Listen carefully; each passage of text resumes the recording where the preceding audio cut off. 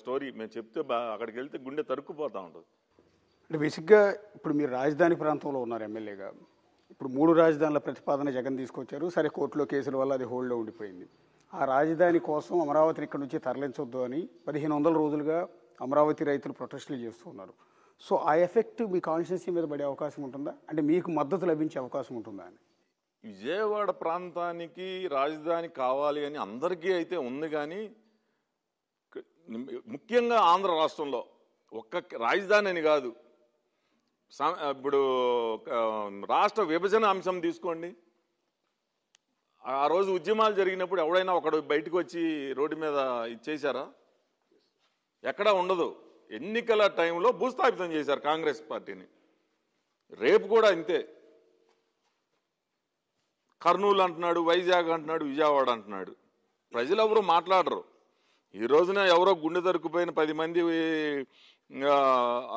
నిరసన కార్యక్రమాలు చేసినంత మాత్రాన ఇది వాళ్ళు ఏదో రకరకాలుగా చెప్తారు. ఎవడు ఉండట్లేదు శిబిరాల్లో, ఏదో రైతులు లేకపోతే కమ్మ కులస్తులు వాళ్ళు చేసుకుంటున్నారు తప్పితే అనేది వాళ్ళు చెప్పే ఈ బూటకప్పు మాటలు.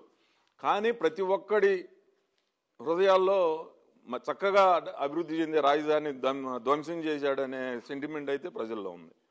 అదే నేను అంటుంది, ఆ ఎఫెక్ట్ మీ కాన్స్టిట్యున్సీ మీద కూడా పడుతుందా? అన్ని చోట్ల ఉంటుంది, రాష్ట్ర వ్యాప్తంగా ఉంటుంది. ఈ 2 జిల్లాల్లో ఉందా ఆ సెంటిమెంట్? అని ఉంది, రాష్ట్ర వ్యాప్తంగా ఉంది.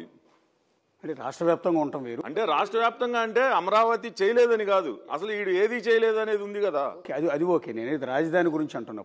రాజధానిగానే రాజధాని ఇక్కడ లేదనటం వల్ల, లేకపోతే అమరావతిలో నిర్మాణాలు పూర్తిగా ఆపివేయటం వల్ల, ప్రస్తుతం పూర్తిగా ఆపేసి ఉన్నారు. ఏవైతే మీరు వేసిన సీడ్ యాక్సిస్ రోడ్లు కావచ్చు, మీరు కట్టిన బిల్డింగ్లు కావచ్చు, కంప్లీట్ ఆగిపోయి ఉండటం వల్ల ప్రజల్లో ఆ సెంటిమెంట్ అనేది రైజ్ అయిందా? అన్యాయం జరిగిందన్న భావన ఉందా?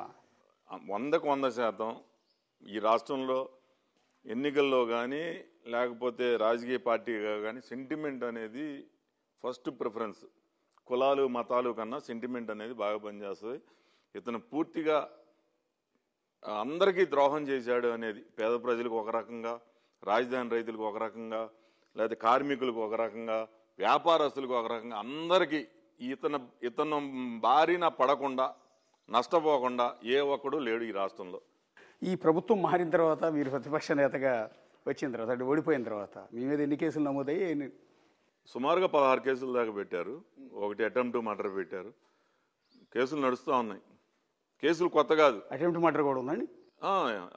గతంలో అయితే 2009 నుంచి 14 దాకా అయితే సుమారుగా 11 కేసులే ఉన్నాయి. కానీ 2014 నుంచి 19 దాకా ప్రతిపక్ష పార్టీ మీద ఎప్పుడు కేసులు పెట్టలే. కానీ మా మీద మాత్రం కంపల్సరీ ప్రతిపక్ష పార్టీలో ఉంటే ఎన్ని కేసులు నమోదు చేస్తారో మరి అది అసలు మాకు తెలవకుండా ఇంకెక్కడన్నా కేసులు నమోదైనయో కూడా తెలవకుండా మనం ఇన్ఫర్మేషన్ యాక్ట్ కింద అప్లై చేసుకుని ఎక్కడెక్కడ ఉన్నాయా అని అడుగుతా ఉన్నాం. అంటే ఈ కేసులన్నీ పెట్టించింది ప్రభుత్వమా లేకపోతే ఇక్కడ ఉన్న ఎమ్మెల్యే పార్థసారథి? ప్రభుత్వమే. ఈ ఒక్క నియోజకవర్గం కాదు కదా, రాష్ట్ర వ్యాప్తంగా ఉన్నది. అంటే పార్థసారథి పార్టీలోకి వస్తున్నాడు కాబట్టి ఆయన మీద ఏం చెప్తాను. నేను అసలు ఎప్పుడు అతను పెట్టించాడని మనం ఎప్పుడు మాట్లాడలేదు. ఇది ప్రభుత్వ పాలసీ. అది ఎక్కడన్నా రోడ్డు మీదకి వస్తే కేసులు పెట్టేయటం అనేది. అతను పార్టీలోకి వచ్చినంత మాత్రాన నేనేమి అతను గొప్పోడని లేకపోతే సన్నాసి అని నేను ఏ రోజు మాట్లాడను. అంటే ఇప్పుడు మీకు పోటీ అనుకున్నా కూడా ప్రత్యర్థిని విమర్శించడానికి